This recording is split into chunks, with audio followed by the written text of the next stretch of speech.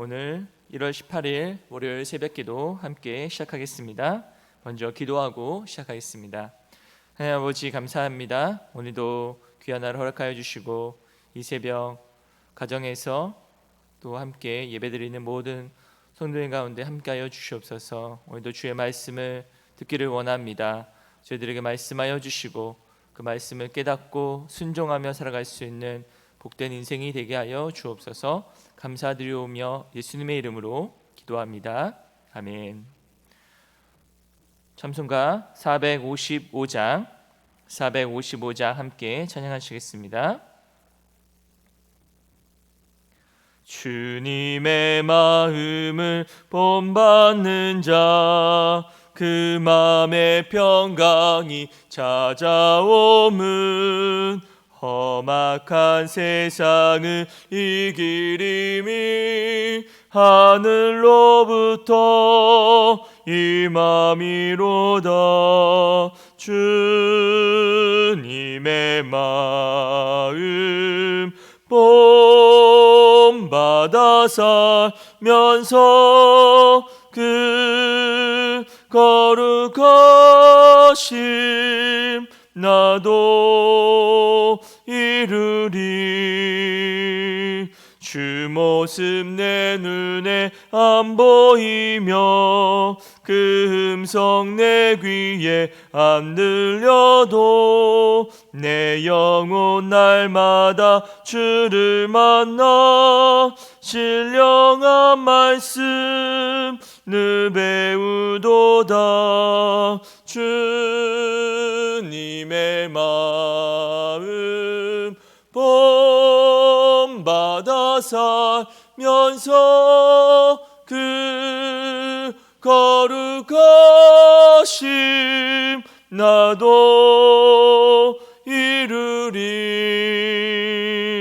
가는 길 거칠고 험하여도 내 맘의 불평이 없어짐은 십자가 고난을 이겨내신 주님의 마음 본받음이라. 주님의 마음 본받아 살면서 그 거룩하심 나도 이루리. 주 예수 세상에 다시 오실 그날의 무성도 변화하여 주님의 빛나는 그 영상을 다 함께 보며 주 찬양하리. 주님의 마음 본받아 살면서 그 거룩하심 나도 이루리. 아멘. 오늘 우리 주 하나님의 말씀은 누가복음 6장 39절에서 49절입니다. 누가복음 6장 39절에서 49절까지 말씀 제가 읽어드리겠습니다. 또 이 비유로 말씀하시되 맹인이 맹인을 인도할 수 있느냐? 둘이 다 구덩이에 빠지지 아니하겠느냐? 제자가 그 선생보다 높지 못하나 물은 온전하게 된 자는 그 선생과 같으리라. 어찌하여 형제의 눈 속에 있는 티는 보고 내 눈 속에 있는 들보는 깨닫지 못하느냐? 너는 내 눈 속에 있는 들보를 보지 못하면서 어찌하여 형제에게 말하기를 형제여 나로 내 눈 속에 있는 티를 빼게 하라 할 수 있느냐? 외식하는 자여 먼저 내 눈 속에서 들보를 빼라. 그 후에야 내가 밝히 보고 형제 눈 속에 있는 티를 빼리라. 못된 열매 맺는 좋은 나무가 없고 또 좋은 열매 맺는 못된 나무가 없느니라. 나무는 각각 그 열매로 아나니 가시나무에서 무화과를 또는 찔레에서 포도를 따지 못하느니라. 선한 사람은 마음에 쌓은 선에서 선을 내고 악한 자는 그 쌓은 악에서 악을 내나니 이는 마음에 가득한 것을 입으로 말함이니라. 너희는 나를 불러 주여 주여 하면서도 어찌하여 내가 말하는 것을 행하지 아니하느냐. 내게 나와 내 말을 듣고 행하는 자마다 누구와 같은 것을 너희에게 보이리라. 집을 짓되 깊이 파고 주추를 반석 위에 놓은 사람과 같으니 큰 물이 나서 탕류가 그 집에 부딪히되 잘 지었기 때문에 능히 요동하지 못하게 하였거니와, 듣고 행하지 아니하는 자는 주추 없이 흙 위에 집 지은 사람과 같으니 탕류가 부딪힘에 집이 곧 무너져 파괴됨이 심하니라 하시니라. 아멘. 오늘 이 월요일 새벽에도 하나님의 은혜가 저와 여러분들에게 풍성하게 넘치시기를 바랍니다. 여러분, 오늘 말씀을 보시면 제목은 먼저 말씀드릴게요. 제목은 예수님의 말씀을 듣고 행하는 자입니다.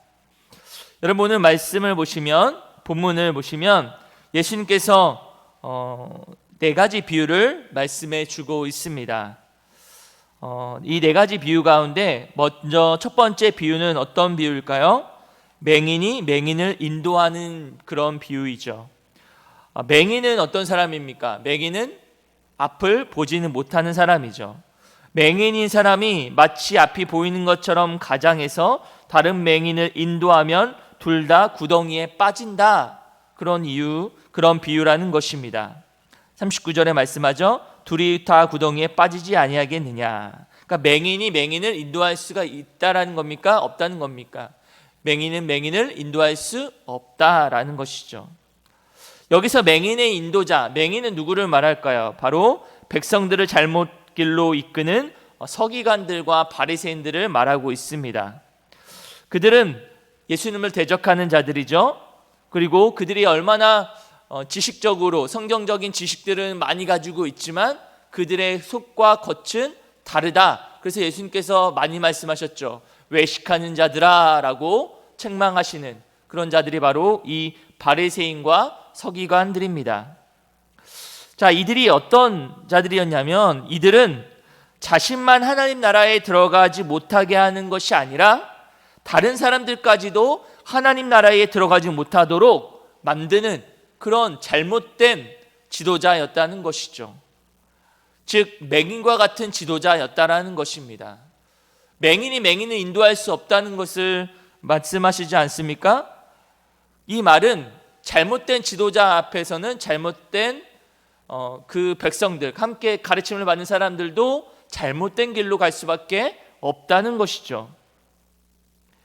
그렇기 때문에 이들은 하나님 나라에 자신도 들어가지 못할 뿐만 아니라 그 다른 인도를 받는 그 가르침을 받는 사람들도 어떻게 됩니까? 하나님 나라에 들어갈 수 없게 만드는 자, 이들이 바로 이 서기관과 바리새인들이다라고 말씀하는 것이죠. 그들이 바로 맹인이라는 것이죠. 맹인의 인도자라는 것이죠. 그러면 우리는 어떻게 해야 합니까? 우리는 이런 잘못된 가르침을 멀리해야 되죠. 그리고 우리에게 중요한 건 무엇입니까? 분별력이 있어야 합니다. 이 사람이 정말 맹인의 인도자인가 아니면 올바른 지도자인가를 분별해야 하는 것이죠. 그래서 만약 그 사람이 잘못된 지도자라고 한다면, 맹인과 같은 지도자라고 한다면 그 사람들의 가르침을 멀리하고 바로 떠나야 하는 것이죠. 그리고 우리가 받아야 할 가르침은 무엇입니까? 바로 예수 그리스도의 가르침, 예수 그리스도만을 따라야 한다는 것이죠. 자, 두 번째는 무슨 비유입니까? 들보의 비유입니다. 우리가 잘 아시는 비유이죠. 남의 눈 속에 티가 있다고 비판하는 그 사람이 그 자신이 바로 오히려 큰 문제가 있다라는 것을 보여주는 비유라는 것이죠. 여러분, 오늘 말씀 보시면 42절 중간에 보면 외식하는 자여라고 말하죠. 외식하는 자. 자, 그렇게 말하는 것을 보아서 이 말씀도 바리새인들과 서기관들을 지칭하는 것이라고 할 수가 있겠죠. 자, 이들은 어떤 자들이었습니까? 이들은 자신들이 하나님의 말씀을 잘 따르고 나는 세리들처럼 이렇게 살아가지 않고 11조도 드리고 예배도 잘 드리고 어떻게 겉으로 보이는 그런 종교적인 그런 형식들은 잘 갖춘 사람들이었습니다. 그래서 이것이 율법주의가 되어서 자신들을 잘 지켰기 때문에 다른 지키지 않는 사람들에 대해서 어떻게 판단하냐면 정죄하는 것이죠. 너희들은 죄인이다. 너희들은 잘못했다. 너희들은 잘못된 길로 가고 있다라고 낙인하며 죄인으로 취급을 하는 것이죠. 그러니까 자기는 잘하고 있기 때문에 다른 사람들에 대해서 잘못하고 있다는 것을 정죄하고 판단하는 그런 자들이 바로 이 서기관과 바리새인들이었다는 것입니다. 이것에 대해서 예수님께서 이 비유로 비판을 하신 것이죠. 그러니까 그들이 어떤 자들이냐? 바로 정의와 긍휼과 믿음을 저버리면서도 작은 규정을 어긴 사람들, 그 종교적인 형식을 지키지 않은 사람들에 대해서 죄인으로 낙인 찍는 판단하는 자신의 기준에 맞추어서 다른 사람을 정죄하고 판단하는 그런 자들이 바로 이들이었다는 것이죠. 여기서 주시는 교훈은 무엇일까요? 바로 자신을 먼저 성찰해야 한다라는 것이죠. 다른 사람의 들보를 보기 전에 내 안에 있는 들보를 먼저 보아라 라는 것이죠.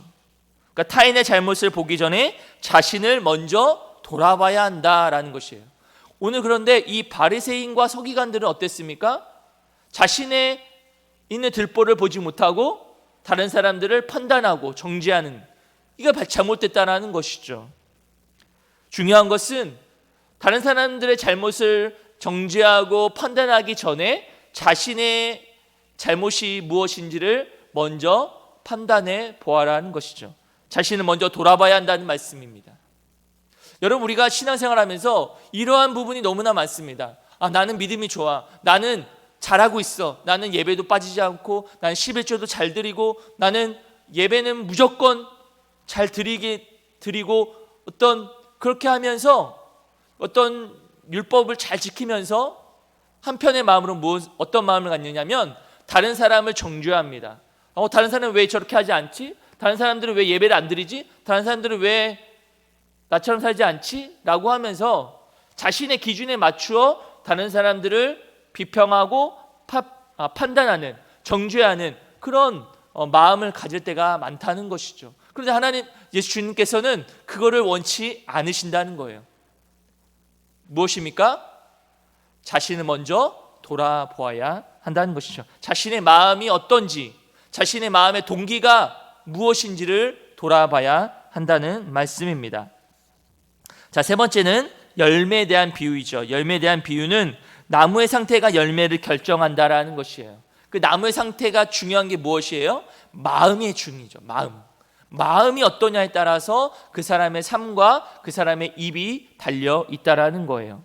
그런데 오늘 바리새인과 서기관들의 입을 보십시오. 그들의 입은 독이 가득했고 그들의 삶은 악이 가득했다라는 것이죠. 여러분, 여기서 중요한 건 무엇이에요? 사람의 됨됨이가 무엇에 달려있다는 거예요? 마음에 달려있다는 거예요. 그 마음에 선한 마음을 가지고 있으면 선한 것이 나타나게 되는 것이고, 그 마음에 악한 것이 있다면 악한 것이 드러나게 된다라는 것이죠. 중요한 것은 무엇입니까? 바로 그 사람의 마음의 상태죠. 그 사람의 마음의 동기라는 것입니다. 아무리 겉모습이 화려하고 무엇을 잘 지키고 무엇을 잘한다 할지라도 그 마음이 청결하지 못하고 선하지 않는다면 그 마음은 결국 악으로 드러나게 된다라는 것입니다. 그래서 우리가 진정으로 가꾸어야 될 모습이 무엇일까요? 바로 우리의 마음이라는 거예요. 우리의 마음이 깨끗하고 청결해야 된다는 것이죠. 우리가 외모를 가꾸는 것이 아니라, 우리의 겉모습만을 가꾸는 데 시간을 들이는 것이 아니라 우리 마음의 상태가 깨끗해지도록, 정결하게 되도록 가꾸어야 한다는 말씀을 하는 것입니다. 여러분, 우리가 이런 마음을 지키기 위해서 어떻게 해야 할까요? 우리 마음에 무엇을 채워야 할까요? 우리 마음에 하나님의 말씀으로 채워야 한다는 말씀입니다.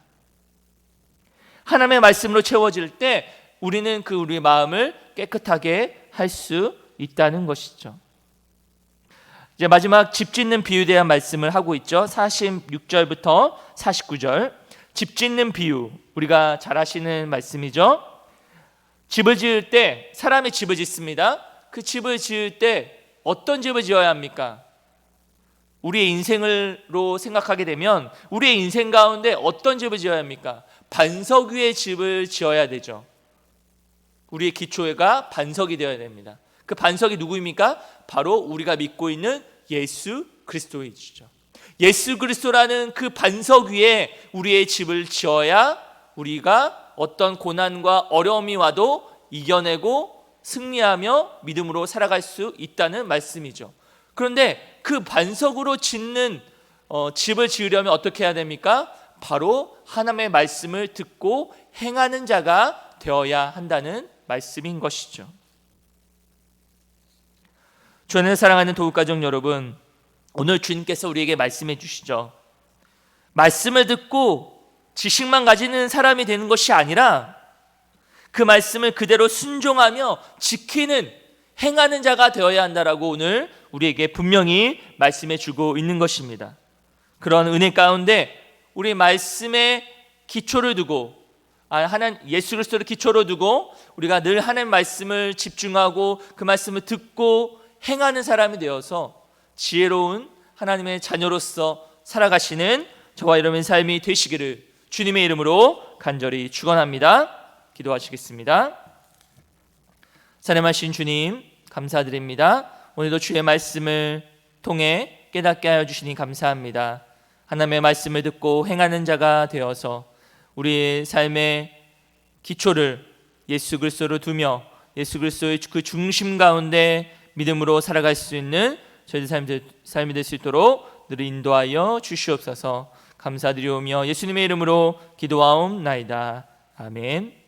하늘에 계신 우리 아버지여, 이름이 거룩히 여김을 받으시오며 나라가 임하시오며 뜻이 하늘에서 이루어진 것 같이 땅에서도 이루어지이다.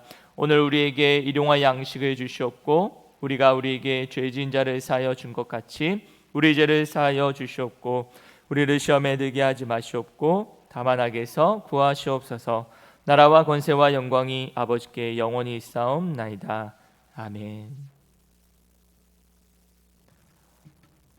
예배는 마치겠습니다.